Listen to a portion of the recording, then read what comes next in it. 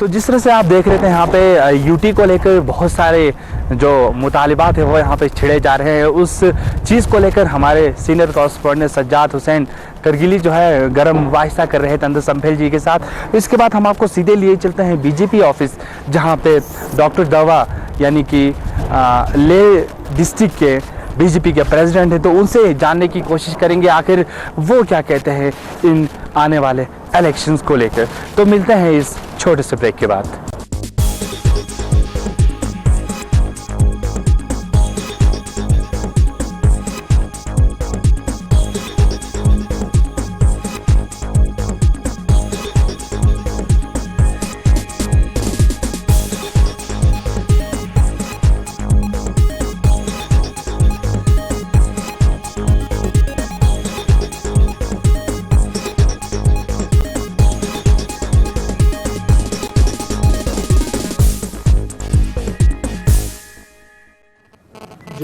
जुले सर बहुत बहुत शुक्रिया, आपने टाइम दिया सर। नहीं 5वें एलएचडीसी इलेक्शंस होने जा रहे हैं सर लेह जी में। जी।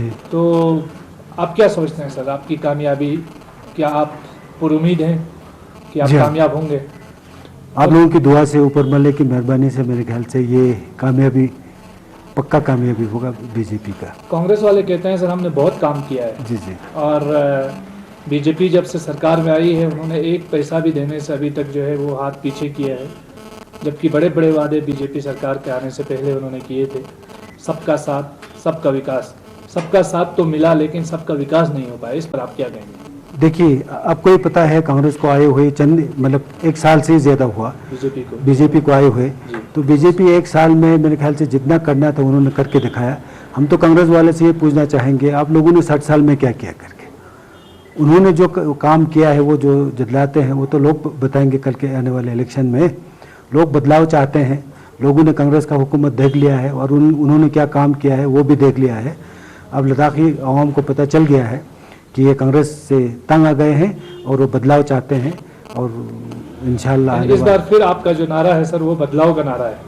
जी जी जी जी जी सर जी। आपने इससे पहले भी एमपी इलेक्शंस में भी यूटी का नारा लगाया। जी जी। और बोटी लैंग्वेज को 5th schedule of Indian constitution में शामिल जी करने जी की जी बात जी। की। इससे पहले भी कई बार ये नारे लग चुके हैं। जी जी जी। और इस बार फिर आप कौंसिल इलेक्शन में इसी नारे के साथ आए। नहीं, क्या वजह है सर?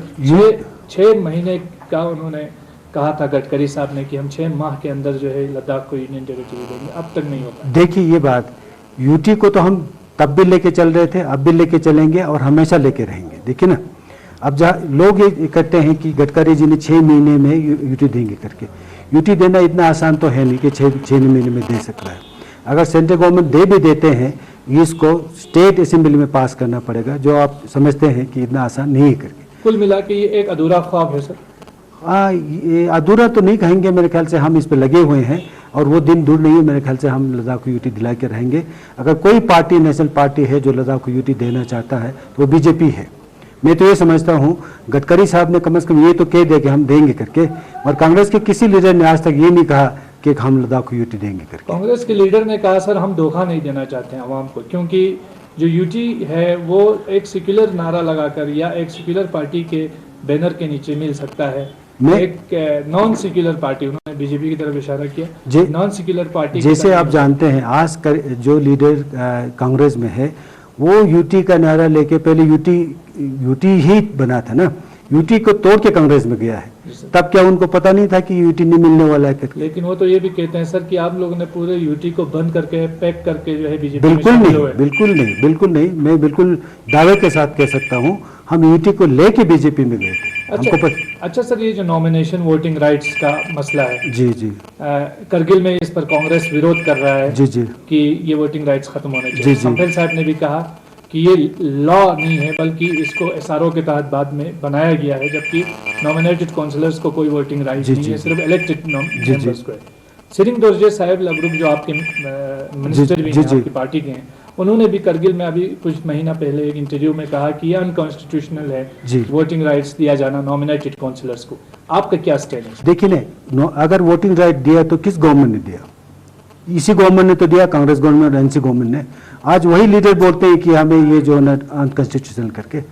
हम तो ये कहेंगे अगर किसी ने दिया भी है तो उसी गवर्नमेंट ने दिया है, तो फिर चलने दीजिए, इसमें क्या खर्च है? इसमें पीडीपी शामिल थी सर, आपकी इस वक्त हरीफ है, और उमर अब्दुल्ला कहते हैं कि पीडीपी वाले जो सर आपके लिए मुहिम चला रहे हैं लेह में, क्या ये सच है?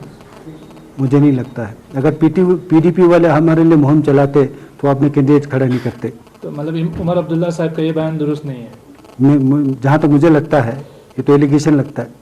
अच्छा सर, एक और अहम इशू सर जो लेह को लेकर है सर, जी। खासकर कहते हैं कि लद्दाख में अभी स्पलबर साहब ने कहा कि आरएसएस का इन्फ्लुएंस इतना है जी, और संफेल साहब ने कहा कि जो महाराष्ट्र में हमारी बुद्धिस्ट कम्युनिटी है जी, वो घर वापसी के नारे से उनको भी काफ़ी नुकसान हुआ, और अब आरएसएस की शाखाएं बनी हैं लेह में, आरएसएस के लोग ज्वाइन कर रहे हैं, खासकर बीजेपी और आरएसएस को। उन्होंने कहा कि ये एक सिक्के के दो पहलू है, तो आप इस चीज़ को कैसा देखते हैं? ये तो बदनाम करने वाली बात है सर।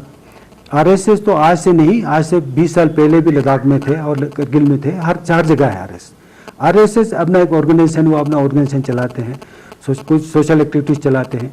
बीजेपी हमारा एक पॉलिटिकल पार्टी है, इसलिए ये तो आरएसएस का कोई रोल नहीं है इलेक्शन में सर? बिल्कुल नहीं। आप देख लीजिएगा, आप कहीं ऐसी जगह बताए जहां आरएसएस ने हमारे साथ दिया है, आरएसएस ने प्रचार किया करके। अच्छा, जो नेशनल इश्यूज है सर, खासकर ये जो बीफ का इशू निकला अभी कुछ दिन जी, पहले, जी, जी। उसके बाद ये जो घर वापसी का इशू निकला, लव जहाद का इशू निकला, ये सारे इश्यूज आपके कौंसल इलेक्शन में रिफ्लेक्ट करेंगे सर? मुझे लगता है ये बीफ, जहाँ तक बीफ का इशू है, लद्दाख में आज तक भी प्रॉब्लम नहीं रहा, तो आज भी ऐसा कोई इशू नहीं है, अनलेस इसको कोई इशू बना के बड़ा चढ़ा के लिया नहीं जाए। ये तो मुझे नहीं लगता है क्योंकि और जो दूसरे इश्यूज जैसे घर वापसी का इशू है, घर वापस, तो ये सारे इश्यूज रिफ्लेक्ट करेंगे सर? बीजेपी को नुकसान होगा इन इश्यूज से? मुझे नहीं लगता है, मुझे नहीं लगता है। ये तो इश्यूज है जो लद्दाख में लाना चाहते हैं, हम तो ऐसे चीज़ों को कभी इनकरेज नहीं करेंगे।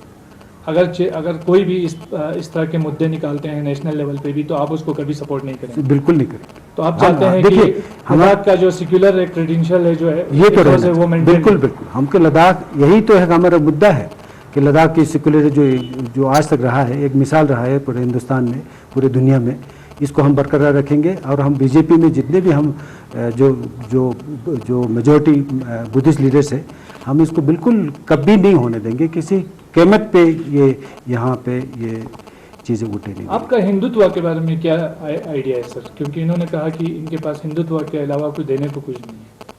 मेरे ख्याल से ये सब तो कहने वाली बात है। हिंदुत्व क्या है? देखिए ना, आज तक लद्दाख में हम लोग जैसे बुद्धिस्ट और मुसलमान हैं या लेह और करगिल वाले हैं, हम भाई बहन हैं, आपस में रिश्तेदारी है। हर कोई ऐसा फेस्टिवल होता है या कोई रिचुअल होता है जिसमें मेरे ख्याल से मुस्लिम और भी बराबर का शरीक होता है, रिश्तेदारी है। मेरे अपने आइडियोलॉजी यहाँ ठीक नहीं है। बिल्कुल बिल्कुल सर, आप कौंसल इलेक्शन में जी। फ्यूचर को कैसे मतलब आप देखते हैं कि आइंदा आने वाले इंतखाबात में जी। जो न्यू लद्दाख मूवमेंट बनी है, जी, क्या अगर आप मान लीजिए कम आती है आपकी जी, सीट, फर्स्ट ऑफ ऑल आप ये बताइए कि आप कितना क्रॉस कर सकते हैं, आपका कितना इस वक्त टारगेट है, और अगर कम आने की सूरत में क्या आप किसी तीसरी पार्टी, देखिए, एनएलएम या पीडीपी, सबसे पहले तो हम 24 सीटों पे इलेक्शन लड़ रहे हैं। हम तो ये सोच रहे हैं कि आज के डेट में 24 के 24 नहीं तो 20 हमारा आ जाना चाहिए। तो हमें कोई शक नहीं है कि किसी पार्टी से मदद लेने की, हम अपना गवर्नमेंट बनाएंगे। देखिए साहब, दूसरी बात, अगर हमारा कोई ऐसा ज़रूरत पड़ गया तो हमारा ये जो पीडीपी है ही है, जिनके साथ हमारा स्टेट में अलायंस है, तो किसी थर्ड पार्टी के जाने की जरूरत ही नहीं है। हमारे अपने दोस्त बैठे हैं, तो पीडीपी से आप हाथ मिलाएंगे सर? बिल्कुल, पीडीपी तो हाथ मिलाए हुए हैं, इसमें मिलाने की क्या बात है सर? स्टेट में हमारे कोलिशन गवर्नमेंट है। अच्छा सर, एक आप पे एलिगेशन आपकी पार्टी पे ये लगता है सर कि अभी जो 20 करोड़ रुपए जो दिए गए हैं सैलाब मुतासरीन के लिए, फ्लड इफेक्टेड लोगों के लिए लेह में, उसको लेकर हिल काउंसिल में प्रोटेस्ट भी हुआ था सर। हिल एग्जीक्यूटिव काउंसिलर थे जो प्रिंसिपल बर साहब थे, उनकी क़यादत में, तो सर उन्होंने कहा था कि ये जो अमाउंट है ये एक इंसल्टिंग अमाउंट है लेह के लिए। तो आपको लगता है कि ये काफ़ी है इतना जो दिया गया है लेह को, या फिर ये नाइंसाफ़ी हुई है लेह के आवाम के साथ? नहीं, मैं तो ये नहीं कहूँगा नाइंसाफ़ी हुआ है, मगर ज़रूर कम है। देखिए ना, जितना नुकसान हुआ है उसमें के लिए 20 करोड़ कम है, मगर हमें पूरी उम्मीद है कि आने वाले दिनों में और हमें जितना भी नुकसान हुआ उसका पूरा भरपाई होगा और गवर्नमेंट हमें देंगे। सर बहुत बहुत शुक्रिया, आपने हमें टाइम दिया इतने टफ शेड्यूल के बावजूद, और आपने सीधी सीधी बात की, और इसके लिए बहुत बहुत शुक्रिया। Thank you so much. आज का ये कवरेज हमारा इलेक्शन का वो यहीं पे अहतमाम पजीर होता है। इस पूरे कवरेज को कवर करने के लिए स्पेशली कारगिल टुडे की टीम इस समय यहाँ ले आई हुई है, तो आज का कवरेज यहीं पे अहतमाम पजीर होता है। इस समय मेरे साथ कैमरा लाइन पर जुड़े हुए हैं editor in chief Hussain Haider Khalu, और हमारे इस पूरे कवरेज को हमारे साथ कवर करने के लिए हमारे सीनियर कॉरेस्पॉन्डेंट इस समय मौजूद हैं यहाँ पे सज्जाद हुसैन करगिली इस समय हमारे साथ यहाँ पे मौजूद है। तो नाज़रीन, आज का ये अखबार जो इलेक्शन का जो कवरेज हम आपको दे रहे हैं, 2 दिन का जितना भी कवरेज था वो हम आपको यहाँ से दे रहे हैं। इस पूरे कवरेज में कवर करने के लिए मेरे साथ KTV की टीम मेरे साथ इस समय अभी भी यहाँ पे मेरे साथ मौजूद है। तो अगले हफ्ते और एक प्रोग्राम के साथ फिर आप लोगों के साथ फिर मुलाकात होगी। तब तक के लिए मुझे दीजिए इजाज़त। खुदा हाफिज। जुले। ये है हुसैन आइडियन खालू नेटवर्क और आप देख रहे हैं कारगिल टुडे। कारगिल की आवाज, कारगिल की पसंद।